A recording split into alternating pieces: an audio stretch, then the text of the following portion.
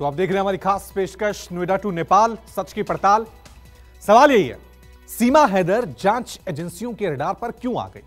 इसकी सबसे बड़ी वजह उसका गुपचुप तरीके से भारत में आना और फिर छिपकर रहना भी है।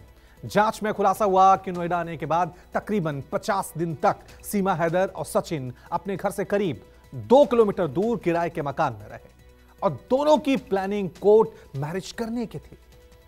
लेकिन एक किरदार ने दोनों की प्लानिंग को नाकाम कर दिया। आखिरकार कौन था वो शख्स? अब वो जानिए।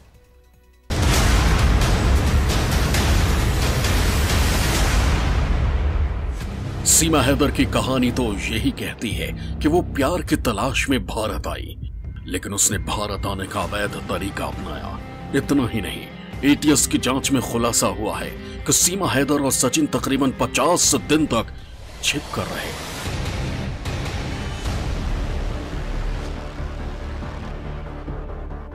ग्रेटर नोएडा के रबुपुरा इलाके के अंबेडकर कॉलोनी का ये वही मकान है जिसमें सीमा और सचिन अपनी पहचान छिपाकर तकरीबन 50 दिन तक रहे। दोनों ने खुद को पति पत्नी बताया था।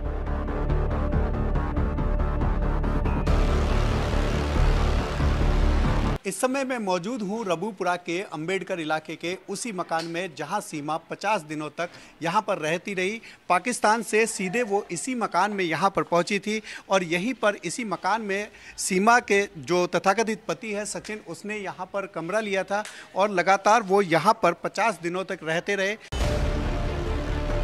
जानकारी के मुताबिक 13 मई को नोएडा आने के बाद सचिन सीमा और उसके बच्चों को यहीं लेकर आया था। शुरुआत में सीमा के बोलचाल और व्यवहार थोड़ा अलग था, लेकिन जल्द ही वो इलाके की महिलाओं के साथ घुल मिल गई।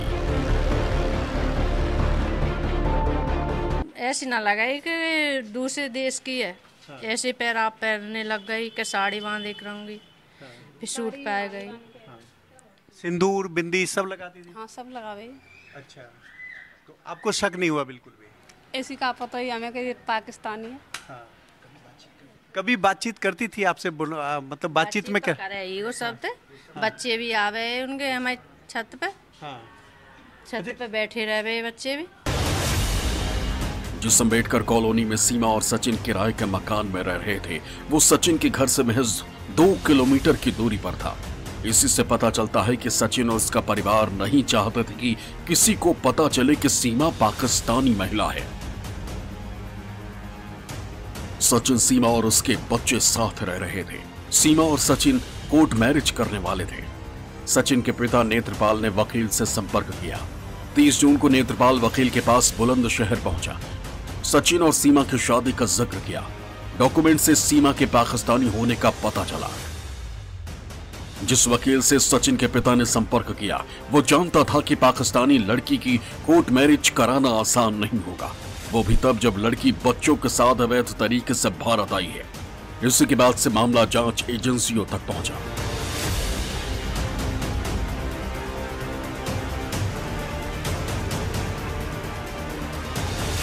सचिन अपने पिता चित्रपाल को यह बताता है कि वो बुलंदशहर में शादी करना चाहता है, कोर्ट मैरिज करना चाहता है सीमा हैदर के साथ। उसके पिता पहुंच जाते हैं बुलंदशहर। बुलंदशहर में सचिन सीमा हैदर की मुलाकात अपने पिता से करवाता है। उसके बाद पिता उसके वकील के पास जाते हैं, वकील से संपर्क करते हैं और दोनों की शादी कराने की बात कहते हैं। लेकिन वकील जब सीमा हैदर के डॉक्यूमेंट्स को देखता है, पहचान पत्र को देखता है, तो वकील साफ तौर पर मना कर देता है कि ये पाकिस्तानी नागरिक है, इसकी शादी नहीं कराई जा सकती है। और यहीं पर पूरा खेल बिगड़ जाता है सीमा हैदर का, जहां पर वकील पुलिस तक पहुंच जाता है और पुलिस को तमाम वो जानकारियां साझा कर देता है, जिससे कि सीमा हैदर की मोहब्बत की पोल खुल जाती है। अंबेडकर कॉलोनी के जिस मकान में सचिन और सीमा किराए पर रह रहे थे, उनके पड़ोसियों से जब बात हुई तो पता चला कि गिरफ्तारी से ठीक पहले बच्चों के साथ दोनों हड़बड़ाहट में गए थे। जब सीमा से इसके बारे में महिलाओं ने पूछा तो उसने दावा किया कि पति के घर जा रही है। आपने क्या देखा था उस दिन? आप यहाँ सीमा रहती थी, कैसे आपसे मिलती थी या क्या देखा, उसके बारे में क्या जानते? उस दिन देखा हमने वहाँ पे यहाँ पे जा रही, मेरे को आप कहाँ जा रही हो? कि अपने इसके पापा के गांव जा रही हूँ। मैंने कहा इतने गांव के इतने कपड़े क्यों लेके जा रही हैं? कि इसके पापा के पापा हैं क्या, वो बीमार है। वो उस दिन जा रही थी, इस लड़की पे चप्पल भी नहीं, तीन लड़के बिगड़ चप्पल ने एक चप्पल कर रखी थी। कितने बजे की बात है? सुबह की है 9 बजे की, ऐसे टाइम गई ना, 9 बजे की टाइम। शायद सीमा और सचिन को अंदेशा हो गया था कि उनके बारे में पुलिस को पता चल गया है। यही वजह थी कि दोनों फरार हो गए, जिसके बाद 4 जुलाई को पुलिस ने दोनों को फरीदाबाद के बल्लभगढ़ से गिरफ्तार किया था। अदालत में पेश किया गया। कोर्ट ने सीमा हैदर को सशर्त जमानत दी। अदालत ने सीमा हैदर को आदेश दिया था कि लोकल पुलिस अधिकारी को बिना जानकारी दिए वो भारत नहीं छोड़ेगी। इतना ही नहीं, अदालत ने सीमा को यह भी निर्देश दिया था कि अगर वो वर्तमान पते को बदलती है तो कोर्ट को इसकी सूचना देगी और बदले हुए पते की जानकारी भी साथ में देगी। कोर्ट ने तीसरी शर्त यह भी रखी कि अब वो भारत में कोई अपराध नहीं करेगी। सचिन और सीमा हैदर को जमानत मिली तो मामला चर्चा में आया। सचिन के घर मीडिया का जमावड़ा लगा, जिसके बाद दोनों अपनी पबजी वाली प्रेम कहानी दुनिया को सुनाने लगे थे, तो दूसरी तरफ जांच एजेंसियां सीमा हैदर के बारे में जानकारी जुटा रही थी,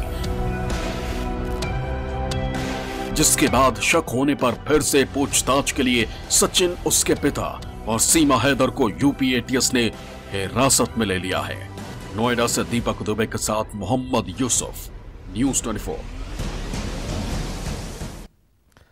वैसे तो सीमा हैदर की कहानी सुपरहिट फिल्म की स्टोरी जैसी है, लेकिन यूपी एटीएस ने जब उसकी प्रेम कहानी सुनी तो डाउट होने लगा कि आखिरकार सीमा जो बता रही है या जो वो समझा रही है, क्या उसमें थोड़ी सी भी सच्चाई है। ऐसे में सबसे बड़ा सवाल यही कि आखिरकार सीमा का सच क्या है और किस वजह से एटीएस को सीमा की कहानी में झोल नजर आ रहा है। यह रिपोर्ट देखिए और जानिए वो सवाल जिनके जवाब सीमा को देने ही होंगे।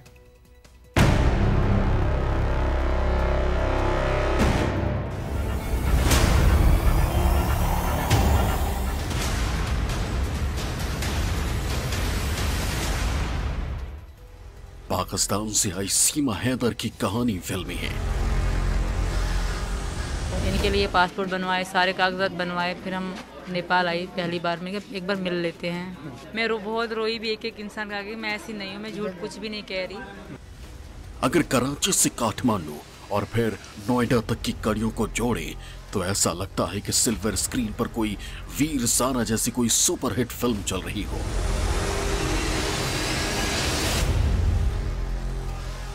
देश धर्म सब बदल गया मेरा। बस अब आप लोग मेरी हेल्प करें ताकि मुझे जो है योगी जी मुझे यहाँ के लिए नागरिकता दे दें। सीमा की कहानी में प्यार है, दुख है, दर्द है, मुश्किलें हैं, जो किसी भी फिल्मी कहानी की तरह पूरे मिर्च मसाले के साथ तैयार नजर आती है। अचानक से ये जिमनी ट्रेवल एजेंसी इस तरह की है, वो उन्होंने टिकट दी तकरीबन 1,20,000 में बच्चों की, मेरी थोड़ी सी ज़्यादा 6 लाख में मेरी सारी टिकट हो गई। लेकिन अफसोस कानून और पुलिस इमोशनल होकर फैसले नहीं करते। यही वजह रहेगी जांच एजेंसियां सीमा को क्लीन चिट देने से पहले हर पहलू से जांच को पूरा करना चाहती हैं। आज आपको बताएंगे कि पाकिस्तानी नागरिक सीमा हैदर पर एटीएस का शक क्यों बढ़ता जा रहा है, क्यों सीमा के प्यार की कहानी को पुलिस और कानून सच नहीं मान रहे। एटीएस के शक की सबसे बड़ी वजह है वो रूट जिसे आप भी समझिए। सीमा पाकिस्तान के कराची में रहती थी, यहां से यूएई शारजाह गई, वहां से नेपाल आई और फिर भारत में अवैध रूप से एंट्री करते हुए यूपी की ग्रेटर नोएडा तक पहुंच गई। जैसे ही सीमा के राज पर से पर्दा उठा, उसका किरदार सवालों के घेरे में आने लगा। तभी से नोएडा के सेक्टर 58 के एटीएस ऑफिस में सीमा और सचिन से घंटों पूछताछ होने लगी। एसएसपी एटीएस इस पूछताछ को लीड कर रहे हैं क्योंकि बताया जा रहा है कि सीमा केस में एटीएस को आईबी से भी कुछ इनपुट मिले हैं। इसलिए सीमा के अलावा सचिन और उसके पिता से भी पूछताछ हो रही है।